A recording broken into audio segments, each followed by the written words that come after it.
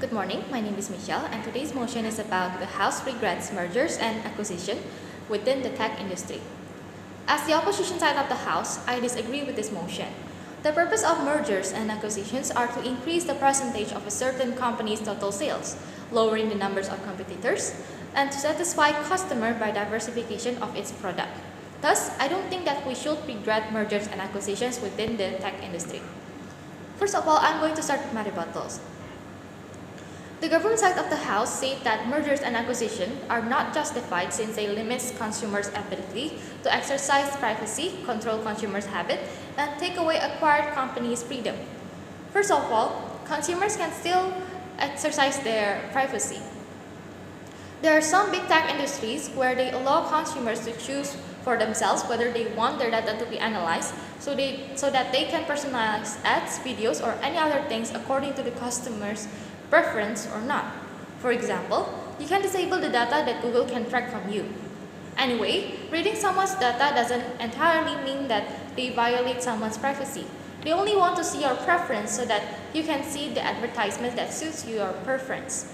Furthermore, personalizing those applications that you use doesn't mean that tech companies are controlling your habits. You can still browse for other things as well. As for taking away acquired companies' freedom, well, what do you expect? They already agreed to be part of that company, which means they have to follow that parent company regulations. However, it doesn't literally limit their freedom. They can still do whatever they want as long as it still follows the company's regulation and give profit. The second one, it's not true that mergers and acquisitions limit innovation. Acquired companies can still continue with their projects if the parent company deems it profitable. And if it's not, then it means that with or without that merger or acquisition, that project is likely to fail. Thirdly, I believe that the rights of workers are unlikely to be violated since the company will be sued for about that and this will taint the company's reputation. Now, jumping to my arguments. My first argument is that consumers are likely to be more satisfied on our side of the house.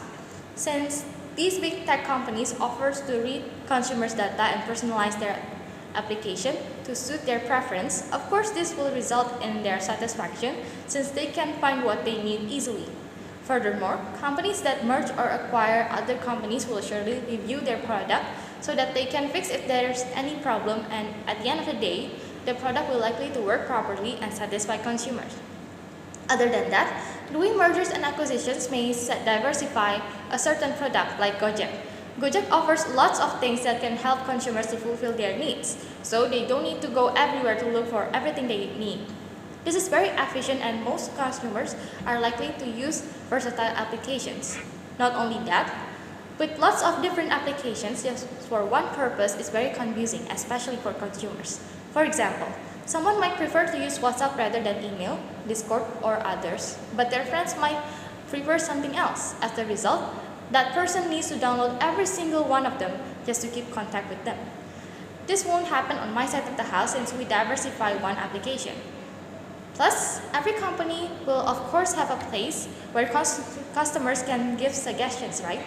The companies are likely to combine all the suggestions and complaints into one so that they can fix this matter since they didn't want to lose customers as well. As for my second argument, independent companies can cooperate with these big companies too, especially when their opponents become fewer due to the mergers and acquisitions. But of course, their product must be good so that it'll appeal to investors and consumers. So I think that's it from me. Thank you.